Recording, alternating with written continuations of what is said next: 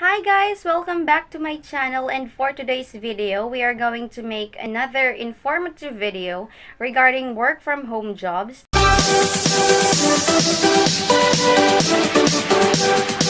The jobs that we are going to discuss here are the types of jobs that you can do if you don't want to be seen live or if you don't want to answer phone. So for today's video guys, as what I have told you, this is a new video about work from home jobs na pwede niyong gawin with your cellular phones and mobile data for free.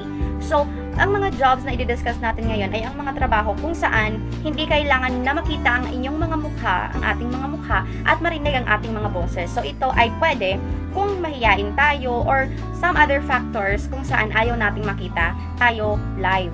So, first discuss natin ang mga reason kung bakit itong trabaho ay para sa iyo. I suggest tapusin niyo po itong video para makakuha kayo ng mga idea kung ano-ano ba dito sa mga trabaho na babanggitin natin ang bagay sa inyo at kung saan kayo pwedeng mag-apply at kung ano ba ang klase ang trabaho ng mga babanggitin nating iba't ibang jobs, work from home jobs. The reasons why these jobs that we are going to discuss is fit for you.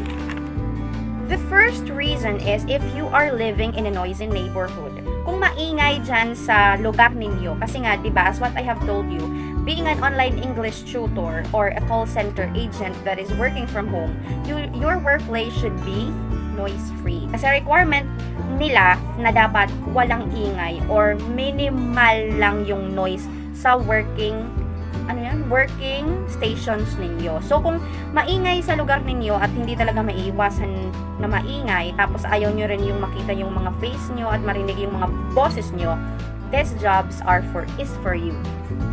Second is that if you have young children or pets na maingay, kagaya nga sa akin, siguro ma-observe nyo minsan sa aking mga YouTube videos na merong tilaok ng manok. Kasi nga may alagang manok ang aking mga kapatid at nasa labas lang yung mga manok nila.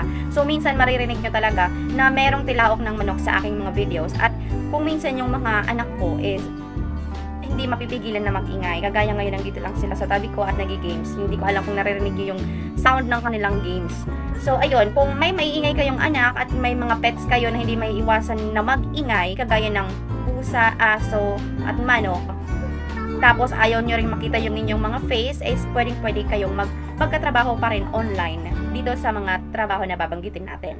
Another reason is that if you are an introvert and very shy when speaking with people on the phone or in person, ayan nga yun nga yung sabi ko, kung ayaw na ayaw mo talaga na makikita ang inyong itsura at maririnig din yung voice at nahihiya kayo sa face-to-face interactions, pwedeng-pwede sa inyo ang trabahong babanggitin natin mamaya. Another is that, kung talagang nag-enjoy ka working alone, na walang kausap, yung ikaw lang yung gagawa ng kung ano man ang pinapagawa sa'yo, ayaw mo yung may kakausapin ka online, kakausapin ka face-to-face, kung yung ayaw mo yon, so manood ka kasi itong mga trabaho ang para sa inyo. So let's discuss what are these types of jobs that I am talking about. First is the chat customer support. Ito yung mga trabaho na kung saan magre-reply tayo sa mga emails or mga chats ng mga customer ng ating client. So, for example, dito ang pinaka-fit dito na example na alam kong makaka-relate kayong lahat is pag mahina yung signal natin sa Globe Internet. Diba? Pag may problem tayo about sa ating internet, ay pwede tayong mag-chat kahit yung tinatawag nila sa Globe na G.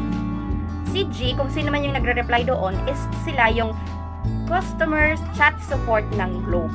So, yun din yung pwede nyong maging trabaho. Hindi ko sinasabi na sa Globe lang talaga. Maraming mga company na nangangailangan ng online chat support. So, magre-reply kayo sa mga emails, sa mga chats ng mga customers ng inyong mga magiging client. So, this type of job requires you to reply to customer queries and messages and emails. Yun nga yung sinabi ko. Magre-reply kayo sa mga emails ng kanilang mga customers ni client. Kayo yung magre-reply on their behalf. So, the second job is the transcription typing job. Ano nga ba yung transcription? This type of jobs allows you to convert video or audio files into text. So, halimbawa may pakikinggan kayong audio file or may panonoorin kayong video, tapos i-convert niyo siya into text format.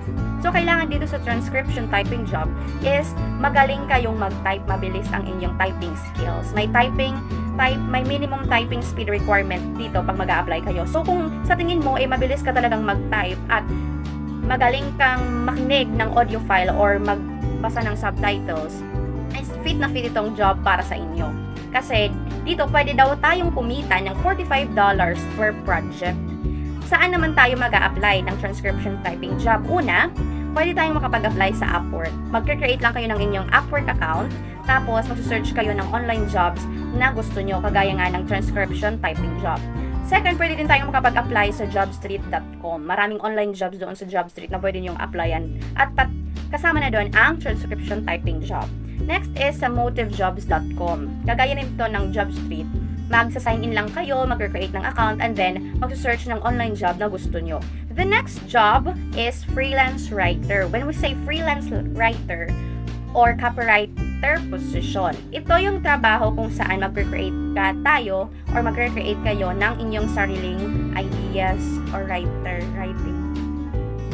Yung bang yung kunwari kung sa hindi online kayo yung mga nagsusulat ng storya, sa mga novels, ng mga magazines, sa mga news reports, yung sarili yung idea. Another job is editing and proofreading. So sa editing naman, this involves working on how documents are structured. So kunwari, may ipapa-edit sa inyong documents.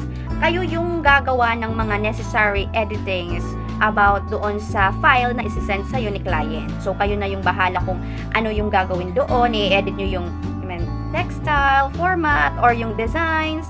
Ganon. Yun lang, i-edit nyo lang. Kung magaling kayo sa editing at marunong kayo sa kumbaga marunong kayo or master kayo sa mga technicalities about editing, mga editing tools, itong trabaho ang para sa inyo. On the other hand, proofreading naman is entails spotting errors and correcting them in text. So, kayo yung mag-check kung may error ba yung mga yung mga file na isi-send sa inyo ni client, tapos i-correct nyo na lang siya. Kumbaga dapat dito ng inyong mga mata sa kung ano ba yung mali doon sa files na sinend sa inyo ni client, at kayo na yung bahalang mag-correct at mag-ayos doon. So, kung magaling kayo dyan sa mga error at pagko-correct ng mga mistakes, minimal mistakes, or kung ano-ano pang editing, ito yung trabaho na para sa inyo. Mag-apply na kayo as editing and proofreading freelancers. So, ayun, saan nga ba tayo pwedeng makapag-apply as editing or proofreading? Sabi ko nga, pwede tayo sa Upwork, sa Fiverr, sa Glassdoor, sa onlinejobs.ph, at iba pang mga websites na nag-hire ng online freelancers or online workers. So, the next job is virtual assistant. Virtual assistant naman, guys, malawak itong sakop ng virtual assistant. So, sa virtual assistant, ito yung mga, yung trabaho na ginagawa. So, for example, kung dito sa outside world. Kung hindi sa online, sila yung mga, kumbaga, secretary. Sila yung mga secretary ng mga bosses. Kung ano yung ginagawa ng secretary sa outside world, or kung ano yung ginagawa ng secretary outside world, hindi sa online, yun naman yung gagawin ng isang virtual assistant online. Virtual assistant na yung tawag kasi nasa online na trabaho na kayo. Kumbaga, hindi mo nakikita yung boss mo, or hindi kayo face-to-face, pero hindi naman necessary na wala kayong communication. Meron pa din kasi siya yung magsasabi kung ano yung gagawin mo. So, ano nga ba yung ginagawa ng isang virtual assistant? Sila yung mga self-employed worker who specializes in offering administrative service. Virtual assistant's task might include scheduling appointments, yung mga taga-schedule kung ano ba yung mga appointments na dadaluhan ni client. Kung may meeting ba siya sa 3 p.m. or may dinner date ba siya sa 7 p.m. Yung mga ganon. Making travel arrangements. Siyempre kasi yung mga clients dito is mga busy. Mga bosses natin. Boss. So, mga busy talaga sila. So, kailangan nila ng mag-arrange ng kanilang mga travel. So, kung sa Sabado, saan ba siya pupunta? Sa Monday siya pupunta. Sa Wednesday, saan? So, yun yung mga trabaho na dapat i-remind nyo sa inyong client. At another is managing email accounts. So, dito rin papasok yung email management nyo. So, pwede ka rin kayong mag-reply sa mga emails nila. On their behalf kayo ang mag-reply. So, yun yung trabaho ng virtual assistant. Maraming trabaho ang isang virtual assistant. So, sa ating mga susunod na videos, mas i-discuss pa natin itong mga online jobs na ito. Dito, bibigyan ko lang kayo ng mga ideas kung ano yung mga iba't ibang trabaho na pwede niyong gawin online kahit hindi tayo nag-a-answer ng phone call or nagti-teach online face-to-face. Yung mga hindi makikita yung ating mga faces, hindi tayo magla-live videos, at hindi tayo magsasagot ng mga tawag. So, another job is surveys, taking surveys. Dito naman sa taking surveys, you're going to share your feedback in exchange for cash. So, So, pwede kayo dito bayaran ng cash, store gift cards, electronics, and other rewards. Pero dito sa survey, siguro hindi siya pwede nating gawin na, ano ba yun, yung dito tayo kukuha ng ating pang-araw-araw, hindi. Siguro yung survey, pwede lang nating gawin kung may spare time tayo or may free time, tapos gusto nyo pa rin kumita kahit yung sa free time nyo lang, yung may full-time job kayo, tapos gusto nyo pa rin ng sideline, pwede itong taking surveys. So, sa pagtitake ng surveys, pwede kayong, maraming mga websites dyan na nangangailangan ng mga survey takers. Yung mga magtitake ng surveys. So, dito sa surveys, mag-answer lang kayo about sa kanilang product or sa kanilang, ano ba yan? Sa kanilang mga, ano ba yung nilalaro yung mga ML, gayon mag-feedback kayo about doon sa laro, ano ba siya, maganda ba? Or sa mga products, iba't ibang products, usually mga taga-ibang bansang product, or pwede rin product local sa Pilipinas. Yung mga ganun, may answeran lang kayo. Di ba nga minsan sa YouTube, bago kayo ma-play yung isang video, meron sasabihin na, can you answer this survey? What are the products that you usually use? Tapos may mga choices A, B, C, D, shampoo, ganun, ano yung mga brand, ganun, iba't ibang brand. Yun yung isang klase na yun ng survey. Yung ganun lang yun yung gagawin nyo. Kung mahilig kayong magsagot-sagot, tapos marami naman kayong free time, pwede nyo itong gawin. Nagbabayad naman sila. At may mga legit paying survey websites naman. Pwede nyo silang i-search sa Google. The next type of job na pwede nyo gawin is data entry. So, sa data entry naman, yun yung magko-convert kayo ng mga kagaya ng resibo, calling cards into mas simplified form na data. Kagaya for example ng calling card. Sa calling card, paano siya? Bibigyan kayo ni client ng iba't ibang mga calling cards ng mga tao na nakasalamuhan niya sa labas. So, di ba yung mga boss natin maraming ka-meeting, so marami silang mga business partners. Tapos yun yung mga business partners or kahit sino yung ma-meet nila is magbibigay sa kanila ng calling card for contacting purposes. So, kayo naman bilang data entry, bilang na-hire na data entry freelancer, ang gagawin nyo is itra-transfer nyo siya sa mas simplified form na data. For example, gagawin nyo siya yung pangalan ng kung sino bang client yung na-meet niya, pangalan ng may-ari, yung telephone number, anong kumpanya, ganon. Para pagpasa mo sa client mo, mas madali niyo niyang mabasa, hindi niyo na kailangan hanap-hanapin isa-isa yung mga calling cards na natanggap niya. Mas madali na nilang mababasa. Another is sa resibo, di ba?